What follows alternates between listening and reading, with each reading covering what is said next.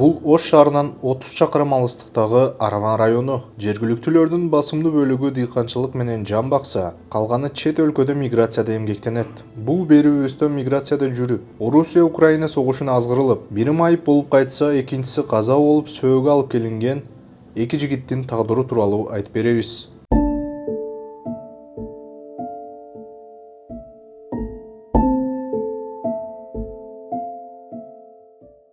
Muhtar Ulukuştarbek 1996 жылы туылған 13 сентябрда. 2021 жылы Москваға кеткен. Москваға барып иштеп жүргөн. Иштеп жүрүп, жакшы эле иштеп аткан, эми бизге айтпады. Бул бала карыз болгон деди кийин, келгенден кийин. Контракт түзгөндө Украинага кирип кеткен. Украинага кирип, окоп казып иштеп жүргөн. Окоп казып иштеп жүргөндө буларды бомбалаган. Бомбалаганда буга ошо жарадар болгондо оор жаракат алган, 2 жолу алган. Андан кийин буларды Астраханга алып келип дарылаган. Астрахандан Ростовко жылдырган. В общем, 6 ай лечение кылганда, лечение кылып, мен офицерлер менен сүйлөшүп аттым. В общем, 13 бул баланы издеп жүрдүм мен. 13 сентябрда мага офицерлер өздөрү звонок кылды. Мына балаң тирүүгө калды деп. Бунун шериктери бардыгы өлүп кеткен. Бала сүйлөй албайт. Мен ошондо болгондо бала шок высасына. В общем, бала башын титретип сүйлөй алган эмес да. Бала контузия алган. Булар лечение кылды. Лечение кылып жүргөн ошол жерде карап атышкан. Карап атканда буга акча которгон. Министерстводон ошол 3 миллионду которгондо буну коркутуп алышкан. Ошол жерде офицерлер алып койгон. Назим Гаджи деген офицер. Себеби булар ушулар жүгүрүп жүргөн документке. Назим өзү машинасына ташып жүгүрүп жүргөн. Акча түшкөндө буну коркутуп алышкан. Бербесең өлтүрүп салабыз деген. 2 миллион 200'дү шаарга барып алып берген. Наличке алып берген. И калганын бересиң деп буну зордошкон. Зордоп бербесең өлтүрүп салабыз, сага доказательство жок дегенде мажбур берген. 2 миллион 200'дү бергенден кийин калганын дагы бересиң деп коркутканда, анан бала часть таштап посольствого звонок кылып, утеря паспорт менен келген. Биринчи СМБга бардык, өзүм алып бардым. СМБга барсак, сиздин балаңыз тууралуу маалымат жок бизде дегенден келдик. Келгенден дагы балам милиция ошого немеге барды, Араван районунун милицияканасына барып, мыйзам ушундай Кыргызстанда мыйзам бар экендигин, мыйзамдын бузгандыгынын бардыгын түшүндүрүп барып, өкүнүп барып, ошол өзү барган балам. Баргандан кийин сурак алып, эми өзү барганда жеңилдик болот экен деген ойдо биз дагы барып көрсөтмө бердик. Көрсөтмө бергенден кийин баламы эми чыгарып, барып келип, көрсөтмө берип турат деген ойдо барсак, жок, 3 күн алып турушту дагы. Анан прокуратурадан адвокат чакырышып, оштон СИЗОго алып кетишти. Биз көргөн жокпуз, мисалы үчүн мен көргөн жокмун. Ошол ойдон балам көрбөй калдык. Балам ден соолугун деле ойлошкон жок. Мисалы үчүн ачыгын айтканда балам катуу ооруп турган, мыйзамды бузгандыгын билген. Эртерээк барсам, ушул мага жеңилдик болобу, мени коргоп балага өзүм Кыргызстандамын го, Кыргызстандын гражданины болуп атсам деп, балам мыйзамды бузгандыгын, ушундай мыйзам экенин билип туруп баргандыгына карабастан, балам азыр ушу 5 айдан бери СИЗОдо жатат. 10 майда акыркы соту болду. Баланы 5 жылга камабырды. Эми мына экинчи сот азыр апелляциялык соту болду, кече 4-жылда болду. 4-жылда болду, эми 30-жылга жылдырды. Ушуну биз суранып кетет элек Садыр Жапаровдон, пробация беришин суранат элек. Оштун сотторунан суранат элек пробация беришин. Себеби бул бала өзү барган. Булар жазып атат, Аравандан жазышты, сотко жазышкан, баланы тутуп келдик деп. Эч кандай тутуп келген эмес, бала өзү барган. Мен прокуратурага кирип айттым, неге буну тутуп келдик деп жазып атат, жашаган жерин адрес жок деп жазып атат. Паспортун көрсөттүк биз, мына жашаган жери бар деп. Бул жалгандан жазып туруп, үйүнөн тутуп келдик деп. Бала өзү барган. 256'ны koyup durup Öser degen bala tergөө kılıp durup bu balanı SIZO'ga kirgizildi. Şu hazır akırkı sotu emi 30 yılda болады. Biz algan makul emespiz. Bizdin үй бүлөдө азыр 85 жаштагы апам бар. 10 жылдан бери баспайт, бир жерде өзүм тургузуп карайм, эшикке алып чыгам. Оор эле болуп атат. Баламдын атасы 2-группадагы майып, ишке жарабайт. Келиним дагы ишке жарабайт, эми азыркы убакта боюнда бар. 1,5 жашар неберем бар. Жалгыз багарман балабыз. Мурда кылмышка катышкан эмес, соттолгон эмес. Мыйзамды бузгандыгын түшүнүп, өкүнүп барып атса, кечирим сурап барып атса, жеңилдик кылышын суранат элем эми. Кыргызстан Республикасынын президенти Садыр Нуркожоевден суранабыз. Ушу баламы Куштарбектин өзү баргандыгын эске алып, мурда соттолгон эмес, кылмышка аралашкан эмес, жаштык кылып, телеграмма аркылуу ушул Россия мамлекетине барып, ушу азгырылып барып калгандыгын келгенден кийин түшүнүп жетти. Мурда билгенде бул иш болбойт беле, биз деле түшүндүрүү иштерин жүргүзөт элек. Бизде байланыш жок болгондуктан ушул иш болуп калды эми. Мындан кийин ушул жаштарды да чакырып кетет элем. Ойлонуп туруп, посольстволордон суранат элем, түшүндүрүү иштери көбүрөөк болсо, ушундай иштерге барбайт беле жаштарыбыз.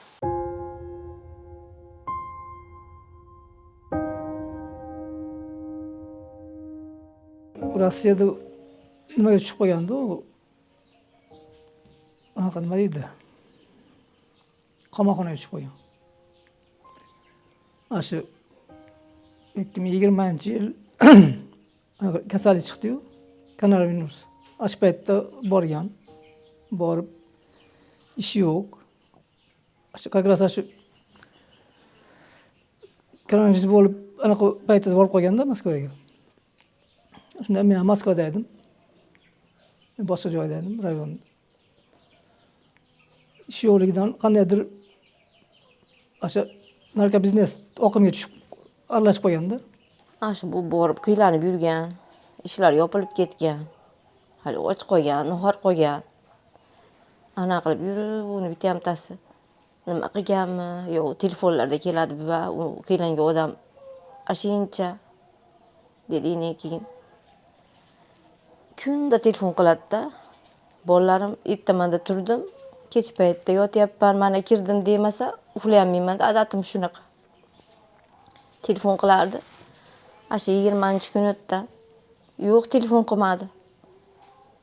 Aka, charchagandirda, yo'q, charchamaydi. Ash kunlar telefonga qilib tashladi mena bulardi. Qilmayapti. O'g'lim Moskvada edi. Qilmayapti. Telefon qilaverdim. Video zvoni ovoz yozsam ham qaytmaydi. Keyin oxir audio qilsam, yo'q, to'g'ri qilsam meni bitta o'ris oldi.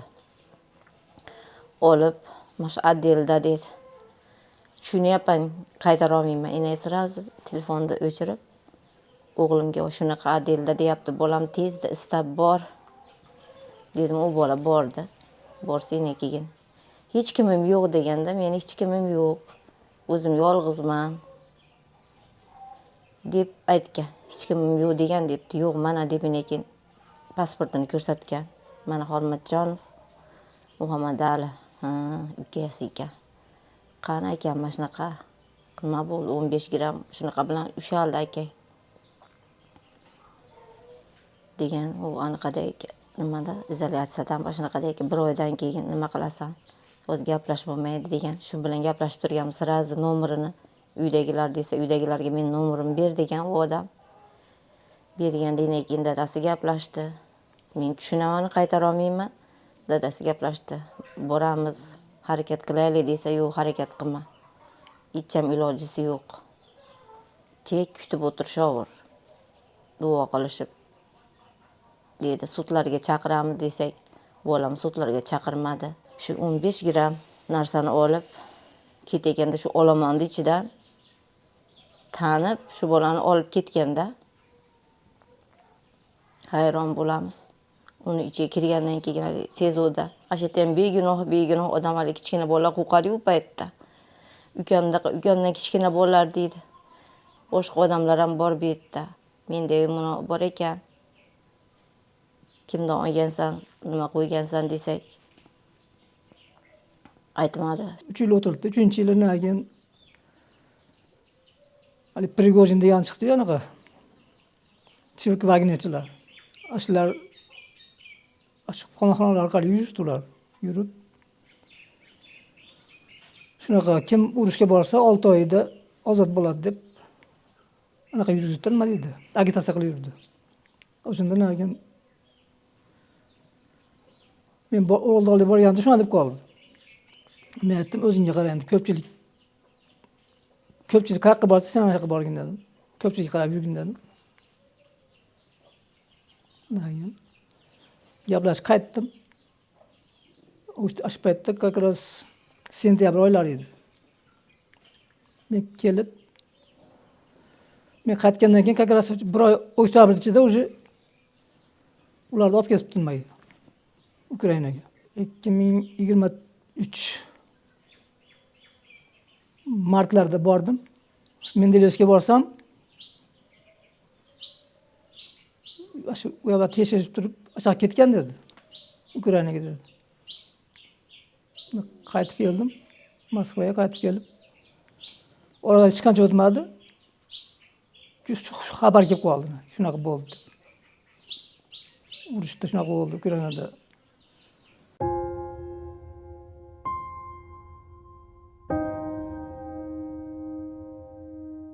Bu suratini aşı oxirgi jo'natgan surat.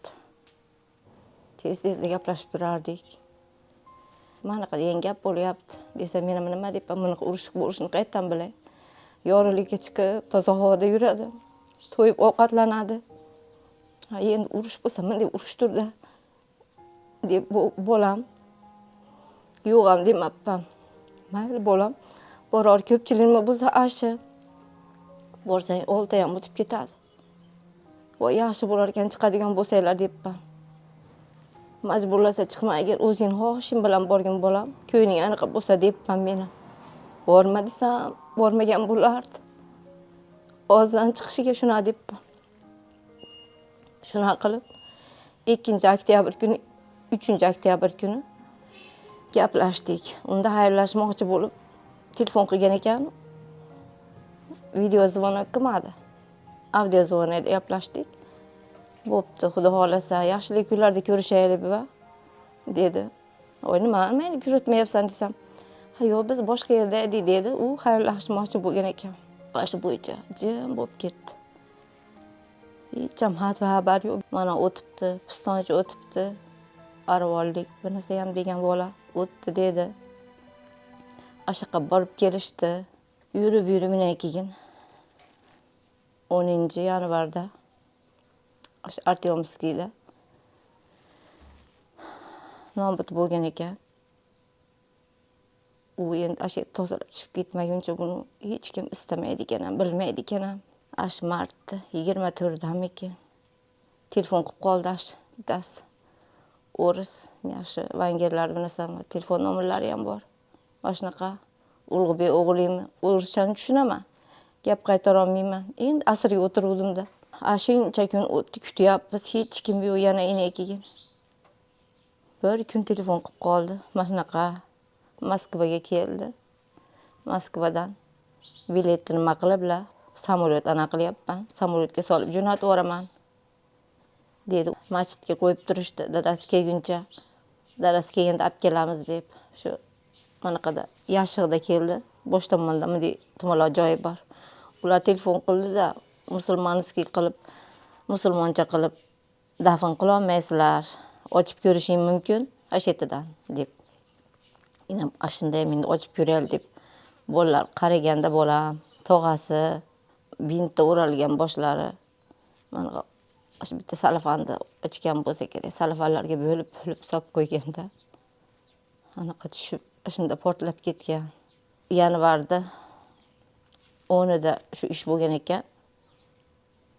20 mart 20-larida topilganda bular topilib keyin tekshirib, mana 12 deb tayinlagan. Birinchi ukam uylansin deb, akam qachon akam chiqsa birga uylanamiz deb u bolani bo'lib qo'yib, yana seni bo'lamiz.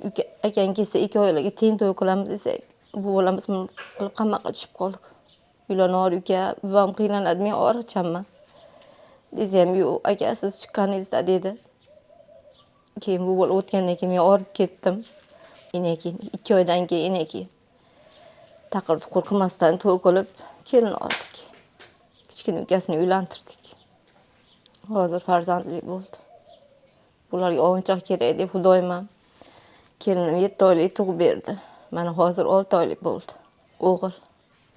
Ismini Ulug'bek deb qo'ydi ukasi.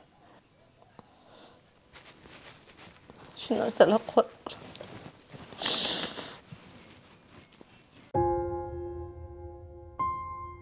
Ukrainada so'g'ish boshlangandan beri Rusiyaning qatarında so'g'ishib ajal topgan 10 do'g'on qirg'izistonlikning so'gi mekenine alып kelinip жерге verildi. Başında soğuşta qaza tapqanlar turалы qabar qo'mchilikda jelдей tarap. Adam başı qo'shilgan жерде talqulansa, bara-bara soğuş qurmandiqtari tar cho'yro'da жерге berildi. Quштарбек сымал soğuştan aman qalып kelgen qirg'izistonliklar da oldu. Alarning biri Asqar Quvonishbek ulu. Alğaç 10 жылға sottolib, keyin anın жазасы 7 жылға qisqartılıb. Sot akırında probatsiya dayındab boşotgan. Antken menen 1-ci rayonduk sotunun sot atqaruçulары probatsiya departamentine Asqarga chiqqan to'xtomdu uagında berbey. Quvonishbek ulu Qozog'istonning chegarasi arqылуу Moskvaga qaçıp ketken. Rusiyaga жетери менен ал soğuşta Rusiyanı қолдой turganын айтып, Орус жарандығын алууну пландап жатқанын билдирген. Дагы бир Украин соғушунун катышуучусу Русияда вакта жазасын өтөп жаткан жеринен Вагнерчилердин катарында соғушка барган Бекназар Бөрүгүл уулуна президент ырайым берип, ал эркиндикке чыккан. Кыргызстандын кылмыш жаза кодексинин 416-беренеси боюнча жалданмачылык үчүн 7 жылдан 10 жылга чейинки абак жазасы каралган. Ал эми ушул эле кылмыш адамдардын тобу менен жасалса 12 жылдан 15 жылга чейин эркиндигинен ажыратылат.